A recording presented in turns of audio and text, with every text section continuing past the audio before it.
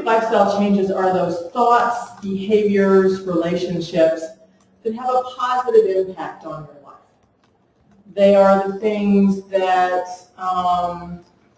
provide you the greatest amount of enjoyment, the greatest amount of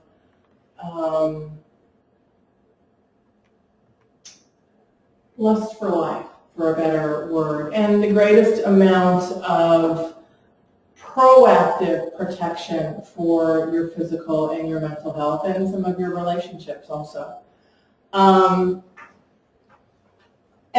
the thing about therapeutic lifestyle changes is they continue to be underestimated even by today's medical standards. When you go to a doctor, and I don't know about you, when I go to my doctor, he kind of taught, I'll go to the doctor, I'll do my my checkups, and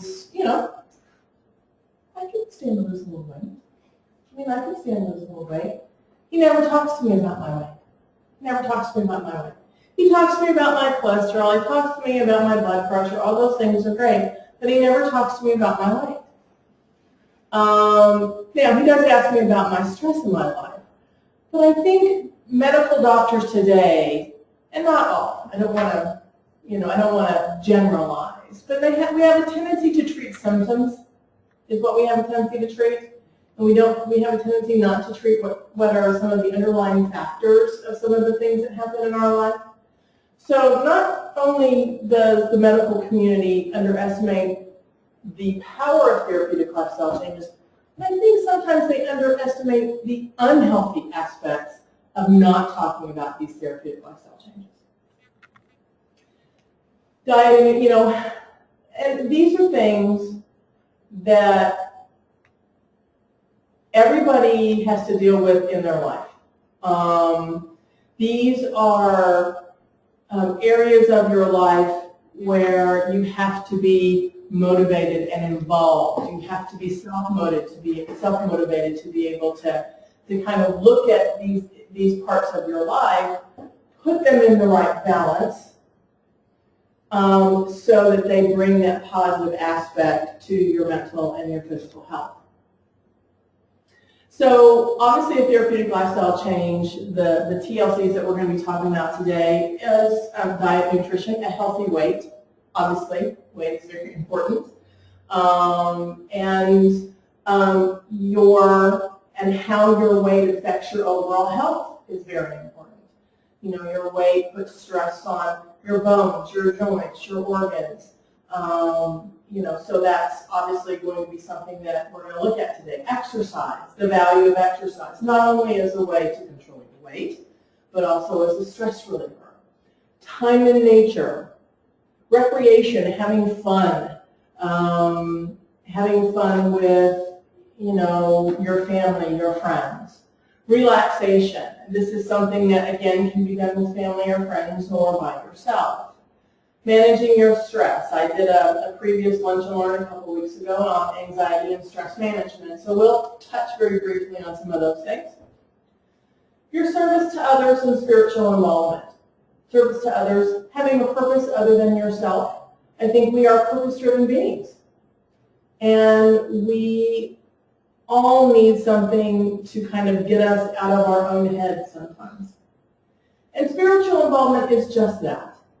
Whatever your spiritual or religious beliefs are, whether you feed your soul through organized religion, a walk in nature, or science, it's something to feed your soul. It's something that is beyond yourself that helps you kind of balance the life that you have. Whatever it is. It doesn't have to be anything specific. Therapeutic lifestyle changes are exceptionally potent. There are very few things in here. Diet and nutrition costs you some money. Most everything else is free. Unlike psychotherapy, counseling, or pharmacology, Most of the stuff you have control over, and it's free. You don't have to spend a lot of money for it. Secondary benefits are all over the place with therapeutic lifestyle changes. We'll talk about those a little bit later. For a counselor and for those of us that serve other people in the counseling profession or just serve other people, it provides us great clinical flexibility.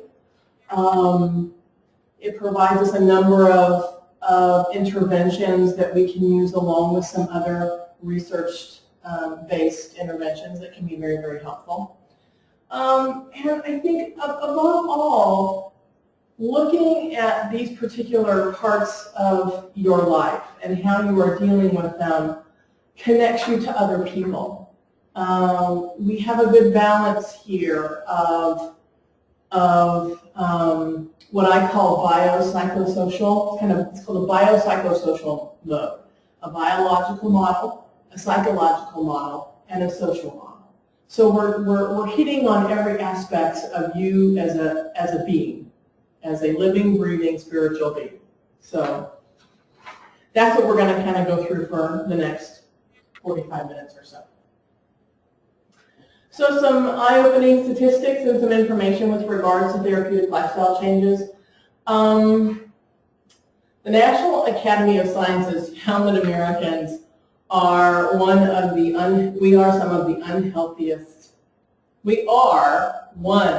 unhealthiest nations in the world, and we spend more money on our health care than 16 other nations throughout the world. And some of those have nationalized health care. We spend more money and we're not healthier for it. So what we're seeing is we're spending more money on the back end. We're being reactive to our health care needs. We're not being proactive to our health care needs. So for an insurance company, to insure somebody, would it be cheaper to pay for a gym membership on a monthly basis versus insulin? Would it be cheaper to pay for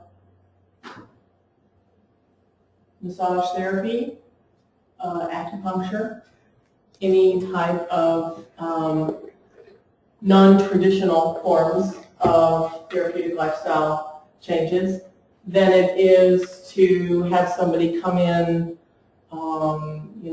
monthly for blood work and traction for your back? We have a medical model right now that is reactive. We're slowly seeing that medical model change to be more proactive, and that's what therapeutic lifestyle changes do. They are proactive. You are taking control of your life. You are taking control of your medical history. You are taking control of your mental health now. You're being proactive. You're going to pay one way or the other. You're either going to pay now or pay then. And when we're reactive, it's too late. Because you know what? A lot of the times we can't successfully treat what the problem is. We just learn to manage it, is what we learn to do. So the goal of a therapeutic lifestyle is to be proactive and not reactive. So some eye-opening statistics with regards to how healthy are we and the leading causes of death. These are all from the CDC in 2012. This is all United States. Life expectancy for a female is 80.9 years old, the male 76 years, so yay for the women. We outlive the men by a little bit. 19.3% of adults still smoke. We actually, in the state of Missouri, I think it's still about 40% of our population still smokes in the state of Missouri. Physical activity, less than half of us meet the minimum aerobic physical activity suggested by the CDC. 31.9% of us have hypertension, have been diagnosed with hypertension. 11.8 of us have been diagnosed with heart disease. 8.5 of us have been diagnosed at some time in our life with some form of cancer. 8% of us have experienced some sort of depression for a two-week period or longer. We have approximately 80,000 deaths a year from alcohol consumption. That covers anything from deaths through cirrhosis, chronic liver addiction, chronic alcohol addiction, or accidents. 33.3% of us are overweight. That means that more than a third of us are anywhere from 1 to 34 pounds overweight. And 25.9% of us, about 26% of us, are obese, which means that about 26% of us are anywhere from 35 pounds and overweight. The concern that with the obese and overweight is, and I want to get these statistics right, because when I read these I was just like, ooh. As of 2012, children 2 to 5 years old who are obese, 12% of our population, of our children 2 to 5 are obese. Children 6 to 11 who are obese, 18%. Now these are children that are 35 pounds or more overweight. Adolescents 12 to 19 years who are obese, 18%. So 18 and 18 is 36, right? 36 and 12 is 48. So you're looking at about 48% of children aged 2 to 19 years old who are clinically obese, have been diagnosed being clinically obese. There is concern that the current generation of children right now will be the first generation that will not outlive their parents. They will die younger than their parents will. Leading causes of death in the United States: heart disease, cancer, chronic respiratory diseases, including COPD. That includes,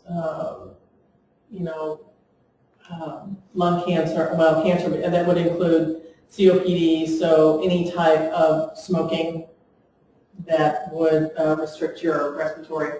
Stroke, 128,000. Unintentional accidents, 118,000. And actually, accidents is the #1 killer, I believe, of young adults, actually. Alzheimer's disease, 79,000. Actually, if I was to include dementia, just an overall, because Alzheimer's is a form of dementia, but not all dementia is Alzheimer's, that number would probably be closer to about 125,000. So diabetes, 68,000, influenza and pneumonia, 53,000, kidney disease, 48,000, and suicide, unfortunately, close to 37,000 people a year take their life. The 4 leading causes of death: heart disease, stroke, diabetes, can all be traced back to, and in some instances cancer, it depends, can all be traced back to therapeutic lifestyle changes, specifically overweight, diet, nutrition, and exercise. Some relaxation issues too. So, eye-opening statistics, because some of this stuff have, a lot of people talk about genetics, and genes do have an effect on our life. They do. You can have a predisposition. You can have a family. You can have a family predisposition for cardiovascular disease. Does that mean that you are 100% guaranteed to have cardiovascular disease? No. Okay. So you might have a predisposition a genetic predisposition for alcoholism. Does that mean you're going to be an alcoholic? No. The difference is you take a genetic trait or a genetic predisposition and you combine it with an environmental factor, and that gene and that genetic predisposition, what we call blossoms. So if you put somebody who's genetically predisposed for heart disease and they are morbidly obese and have a tendency for high cholesterol, they don't eat right, they don't exercise, they don't manage their stress, they don't go see their doctor, if you have all these environmental factors combined with that genetic predisposition, then that particular situation, that particular medical condition will blossom. But if you take somebody that has a genetic predisposition for cardiovascular disease and they exercise regularly, they control their weight, they manage their stress, there's a very good possibility that that gene will not blossom. Now, it's not guaranteed, nothing is ever guaranteed, but you can control a genetic predisposition. You are not guaranteed to live with that condition throughout the rest of your life. That's what therapeutic lifestyles are, preventative. Remember, we're talking about preventative today. And when I first did this presentation, it was just around Christmas time last year. So this particular comic was in the news, which I thought was quite appropriate to what I was talking about, since a third of our population is obese. No, honey, they're not Santas, they're Americans. The World Health Organization, in 2008, put out a paper on the escalation and the epidemic of overweight and obesity, not only in the United States, but worldwide. And they gave that term called globesity. That globally, overweight and obese conditions are having such a negative effect on not only everybody's medical and mental health, but also economic. The economics of trying to deal with, obesity and all of the conditions that come around with that, whether it be heart disease, stroke, kidney disease, any of those types of conditions, conditions on, again, your body, your stress. It is ratcheting up our medical costs tenfold within a decade at a time. Again, we're being reactive to what is happening to us, and we're not being proactive. Our weight did not sneak up on us. On the average, Americans have gained about 10 pounds a decade. And that seems to kind of coincide with technology and improvements in technology that make us more sedentary. We all love our cell phones. We all love our computers. We all love our iPads. And our kids really like their video games. They really do. So that's a lot of sitting that's going on. So we're going to start talking about the first thing with regards to the therapeutic lifestyle changes is diet, nutrition, and a healthy way. And I think, I'm not here to preach a particular diet. I'm here to talk about eating the right foods in the right amounts. That's the most important thing. And the added benefits that a good diet and nutrition has, not only to your mental health, but your physical health, but also to your mental health. You have in your handout, I provided you it's from WebMD, and it's a portion guide size. And I do this, and I joke, and it's geared toward men. You'll see, because I had baseball, golf ball, poker chip, deck of cards. I think a lot of us have a lot of confusion over what is an appropriate serving size. 4 ounces doesn't cover your plate. 4 ounces is the size of a deck of cards. So it's not only what you eat, it's how much you eat. Therapeutic lifestyle changes would kind of suggest that obviously a diet that is in moderation with more color on your plate than not is going to be the best kind of diet that you have. They call that the rainbow diet. So predominantly fruits and vegetables with some nice lean protein and an appropriate amount of fats, good fats. You want olive oils, you want monounsaturated fats. You want those fats that are actually going to help you. And I'll tell you something very quickly. When I was younger, I had an issue with, I come from a family that has cardiovascular disease. And my grandmother died of a heart attack. My grandfather died of an aortic aneurysm. My father has had both a heart attack and a stroke, and I had an aunt that had a heart attack and died of a stroke. So hey, you know, that's the Michelle family. So I had one time I had an issue with high cholesterol. It was, we're talking 250. You know, my blood wasn't running really well. And I chose to make changes in my diet. More fish, more chicken, more fruits, more vegetables, all that nice fun stuff. But I started putting olive oil on almost everything I ate. If it was a vegetable and it was sauteed or it was, you know, roasted, I put olive oil on it. I mean, I put olive oil on just about everything that I cooked.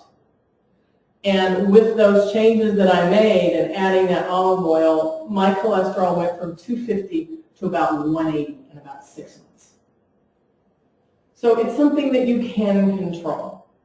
And so the rainbow diet, predominantly fruits and vegetables. The pesco vegetarian diet, fish. This is the fish. We're not going to eat meat, we're going to eat fish. I don't care what you eat, it's up to you. Eat healthy, eat the right portions. If you need a steak, I get that. Have a fillet. You know, have a brisket that has all the 4 ounces of brisket that has all the fat off, whatever, just lean. Obviously, we all know the benefits of omega-3 fish oils, salmon, those kinds of, those medium to small size fish. We don't want to do a lot of tuna. We don't want to do a lot of mackerel. We have mercury issues with those. But salmon is good. I think they say now fish 3 times a week is pretty good. By looking at what you're eating and looking at how you're eating it and the amount that you're eating, you're going to reduce those excessive calories. And the great thing about these diets is if you transition to them slowly, you will start seeing benefits you'll start seeing benefits in your sleep habits. You'll sleep better. You'll start seeing benefits in your cognitive abilities. There's a humongous amount of research with regards to proper diet versus cognitive difficulties, dementia, Alzheimer's in later life. If we have these really high-fat foods throughout our life, there is a correlation, not a causation, but a correlation between those high-fat diets and dementia and Alzheimer's. Cognitive ability all the way around. Improvements. Cognitive functioning, academic performance, reduction in age-related cognitive decline and loss of weight, maintain healthy weight. This is something that you control. You can be proactive and you can control what goes into your mouth. And I'm not telling you can't have a beer. And I'm not telling you that you can't have a cookie. And I'm not telling you that you can't have some potato chips. I'm not telling you that. I'm telling you that everything works within moderation. Don't have a bag of potato chips. Don't have a big old, my favorite, chocolate, a big old chocolate candy bar with lots of caramel and sugar, everything in moderation. My new favorite that I have had only a few times, because again, everything in moderation that just hits all my buttons, is chocolate covered bacon. It's really good, but you have a really little bit of it.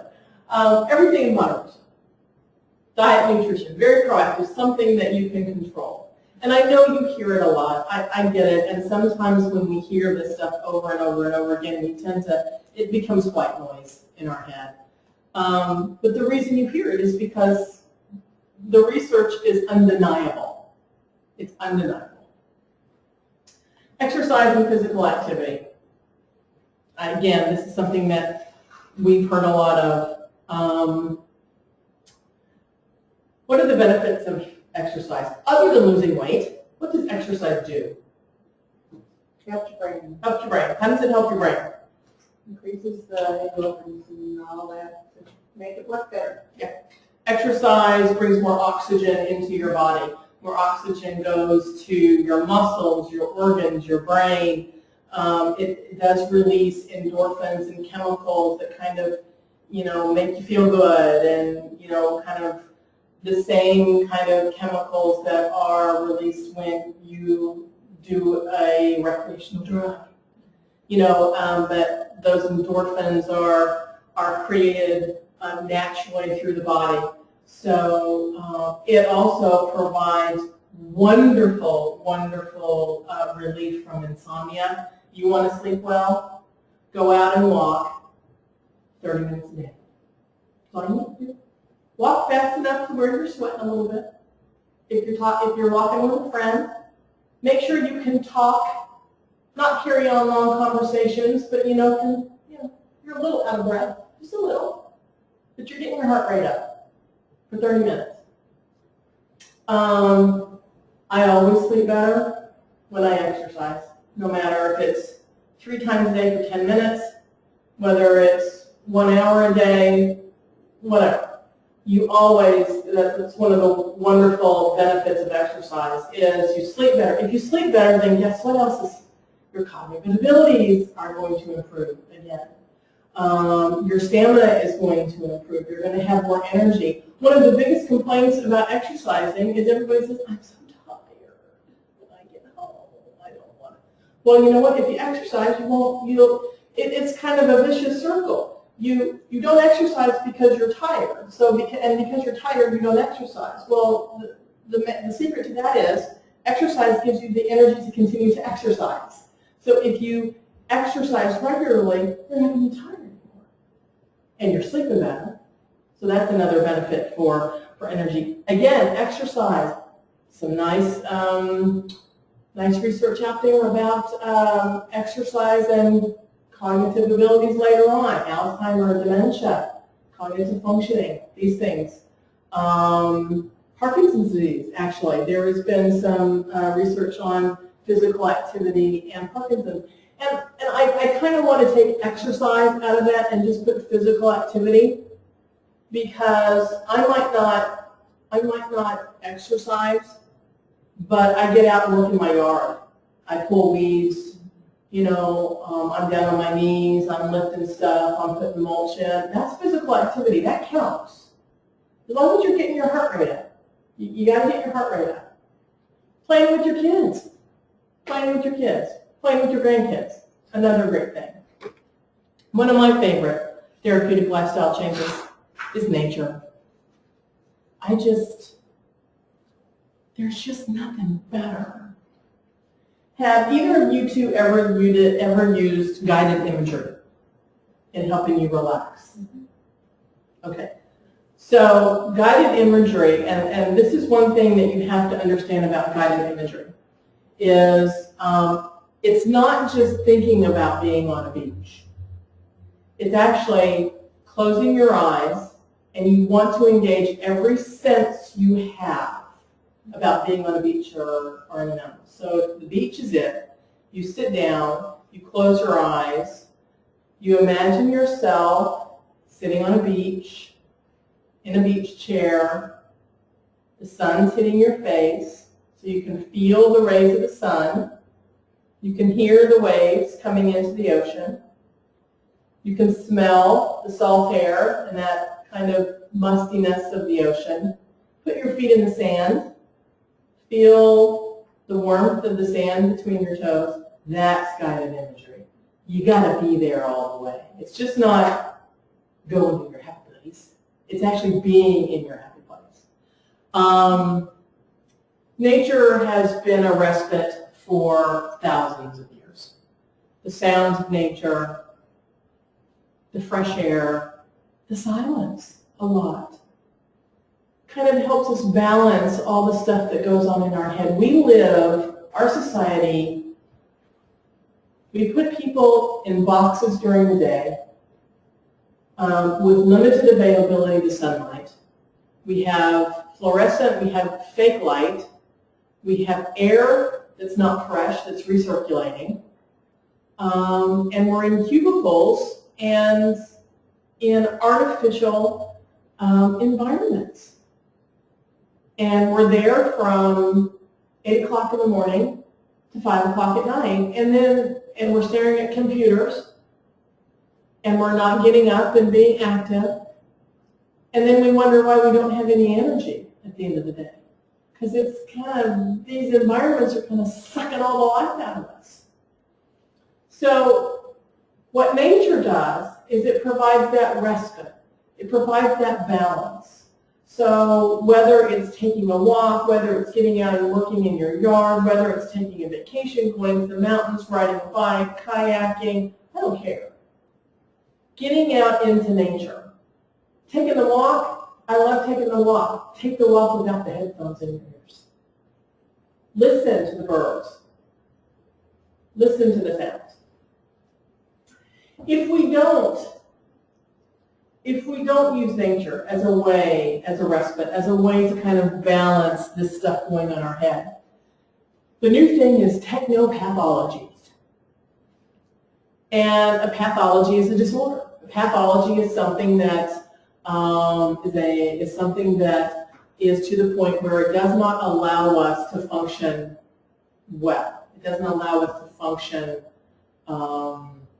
normally. We have issues with it. So technology brings pathologies. We have attention deficit traits now.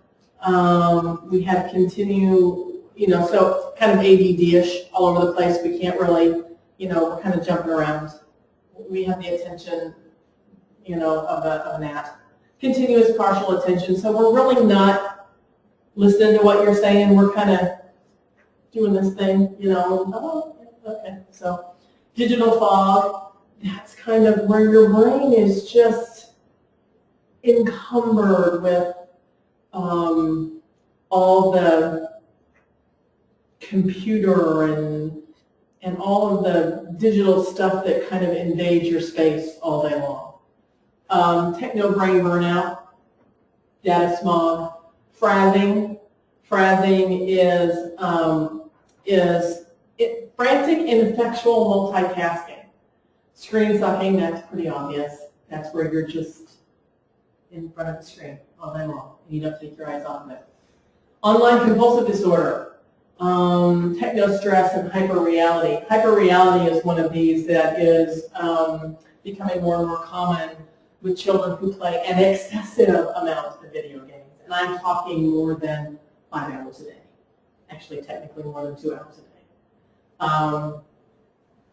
Something else that technology has provided us, we are ineffective at making decisions these days. We have great anxiety about making decisions because we're afraid we're going to make the wrong decision. There's so much out there now that I'm afraid I'm going to make the wrong decision.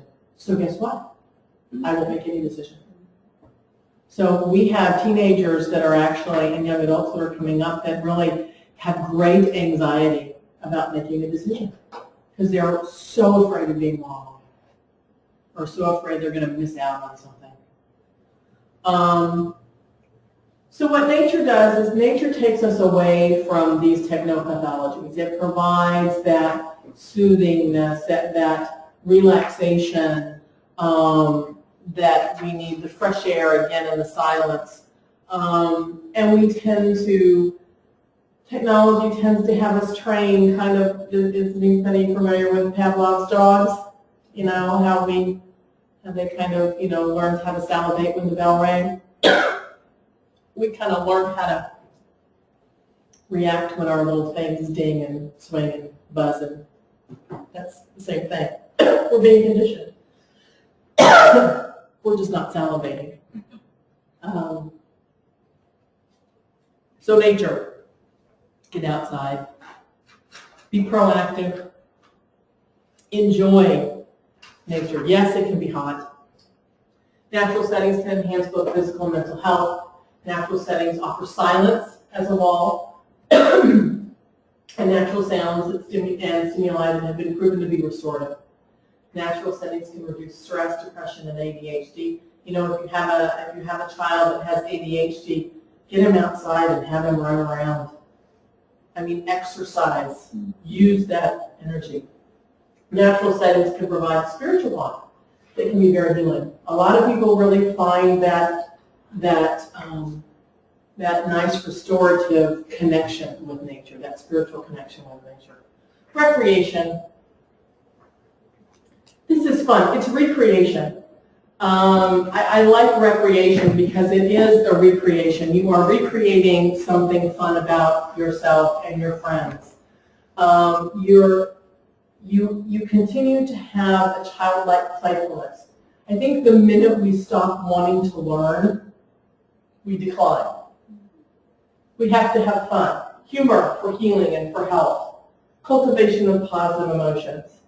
You have to recreate. You have to recreate this love of life, for the lack of a better word. The fun of doing something new. You know, sometimes it's fun to try to do something and you fall down. I mean, think about when you were a kid. You know, you always went forward. You always tried stuff. Sometimes you fell down and you got right back up. It's recreating that childlike playfulness, that lust for life, that ability not to be concerned about what other people think. It's bringing humor and laughter into your life. One of the best medicines that any oncologist will tell you. If you ever have any family or friends been diagnosed with cancer, they will say you need to laugh every day. Laughing, along with exercise, releases those endorphins. It also releases chemicals and all kinds of things that are proactive in helping fight cancer cells. You know, we can be angry at our cancer, which directed well can be very good, or we can laugh and help kill our cancer that way. It's all about your perspective in life. It's not a midlife crisis, it's a midlife recreation. Relaxation and stress management. I could sit here and give you a 4-hour presentation on stress management and relaxation, and we can talk about all kinds of relaxation. We can talk about mindfulness. We can talk about yoga. We can talk about laughing. We can, talk about deep breathing, progressive muscle relaxation. We can talk, all the different types of yoga. Of course, physical activity and exercise is also part of relaxation. In your packet, you have a couple of scripts I provided you for deep breathing and for progressive muscle relaxation. Again, if you have issues with insomnia, progressive muscle relaxation is a wonderful tool to use. If you have issues with stress in your life, deep breathing is the best thing that you can do to kind of breathe away some of those temporary anxiety symptoms that we get. Stress management, prioritizing your life, organizing your life, learning to say no. Learning to say no is one of the hardest things that people do these days. And again, I could do a whole hour on how to say no. Saying no can be very beneficial. But I do want to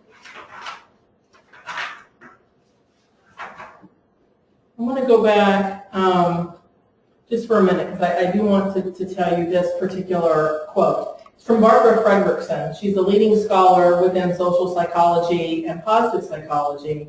And I love this quote. It's through experiences of positive emotions, people transform themselves, becoming more creative, knowledgeable, resilient, socially integrated, and healthy individuals. Resiliency is a huge issue with regards to therapeutic lifestyle. being able to cope and be resilient, being able to fall down and get back up. That's resilience. It's being able to bounce back.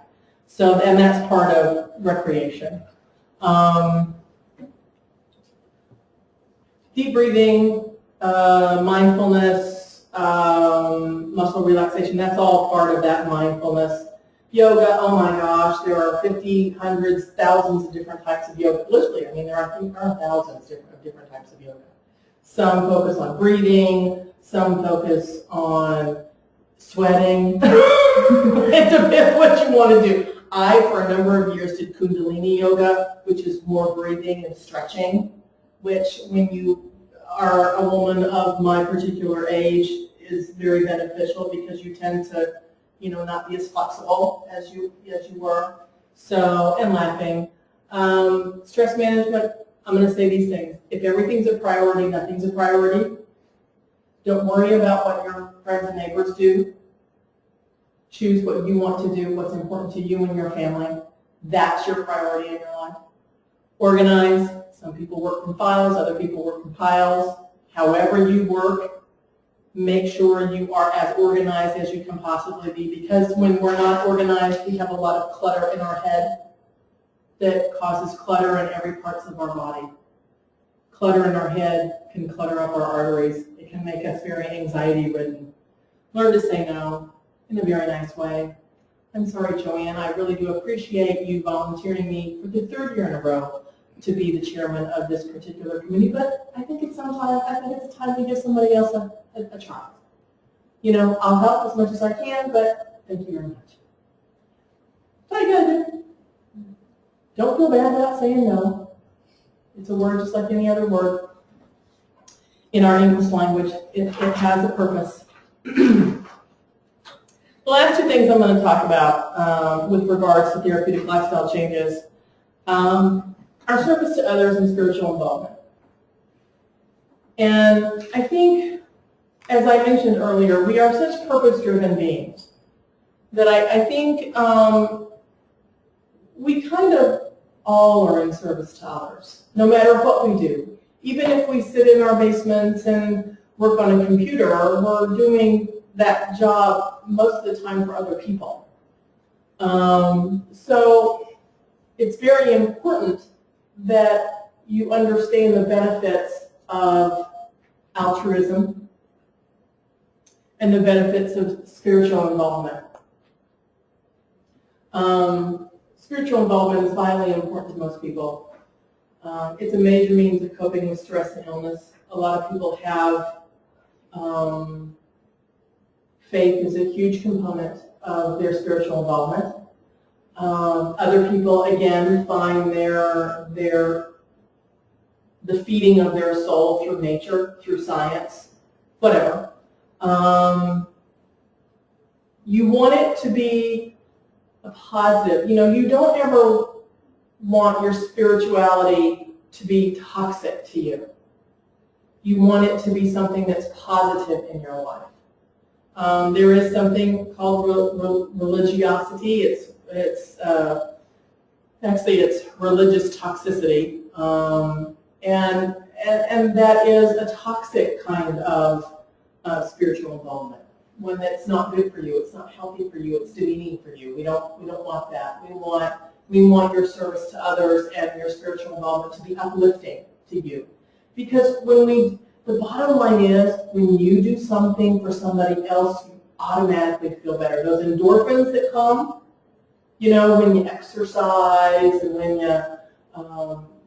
you do all these other things, when you're out in nature and when you sleep well, the same endorphins come when you are altruistic, when you do something for somebody else other than yourself. Those same kind of chemicals and endorphins kind of, you know, come across your body. You're happy. You've done something that is beyond you. You've taken yourself out of yourself for a while. I love this quote by Martin Luther King because I think everybody can be great. Anybody can serve. You don't have to have a college degree to serve. You don't have to make your subject and your verb agree. You don't have to know the second theory of thermodynamics. You only need a heart full of grace and a soul generated by love. You only need to care about the people that are around you to serve. That's all you need to do. Spiritual involvement, again, is most likely beneficial when it centers on themes such as love and forgiveness, not that toxic kind of spiritual involvement. Enhance psychological, relational, and marital well-being. Reduce rates of anxiety, depression, substance abuse, and suicide. The bottom line is, when we have a great support system around us, family, friends, work family, it doesn't matter, we have reduced rates of anxiety and depression. That support system is very important to you. I had a conversation with a couple of young ladies that I've had in a Psycho 8 class lately, and I told them last night that I want them to go home and I want them to write down all the people that support them in their life. Their family, their friends, you know, a minister, a teacher, it doesn't matter. Those people that they know will support them through their life, and I want them to write them down, and I want them to put that on their refrigerator. Because I think we need to be reminded every day about the people that love us and support us, and that we do have other people to help us. We all are going to need help sometime in our life, doing something. And that's what that support system is there for, is to help you. And sometimes we need to be reminded, and I don't care if there are only 3 people on that list. If those are the 3 people that you know that when you need help will take your phone call no matter what, then those are the 3 people on your list. That's better than, those 3 people are better than having 30 people that might take your call. If you don't have those people, you can find those people. They're out there, and they probably want to help you and support you. You just kind of have to bring them into your circle, you know. But when we have this involvement, when we take ourselves out of us, when we take our brain out of us and put it into more altruistic service, and decide that for the growth of our being, that we need to do something that is greater than what we are. I always say, one of the things that I love to do when I go to the beach is get up early in the morning, and there might be people, you know, walking on the beach, but get up early in the morning and go down and just sit and look out at the horizon. Hear the waves, but look out there. Because what I find that it does for me on a spiritual level, it centers me very quickly. This is my life. I can control this. That's all I can control. I can't control anything else. I can control this. There are things much greater than myself, nature, that I take advantage of and I embrace. And I understand that though I can only control this, that's enough. I don't need to control all that other stuff. I just need to get this right up here. And that's what I mean by feeding your soul. That's what I mean by spiritual involvement. Whether it's an organized religion or something that's much more broader and grander, it doesn't matter. Whatever's going to be best for you. A couple of things that I always leave people with, because I think we're very, very hard on ourselves. And these are a couple of quotes that I found. Be yourself, live your dreams, love your body, be able to say no and mean it. Say no. Most importantly, believe in yourself. When you compare yourself to others, please be graciously fair to yourself. Give yourself credit for all your admirable qualities and grant yourself the permission and the privilege of just being who you are. There's another quote that kind of on that same level that, you know, you really are just good enough. You don't have to be perfect. Nobody is perfect. But you just have to be good enough to be able to go forward and be proactive in your life.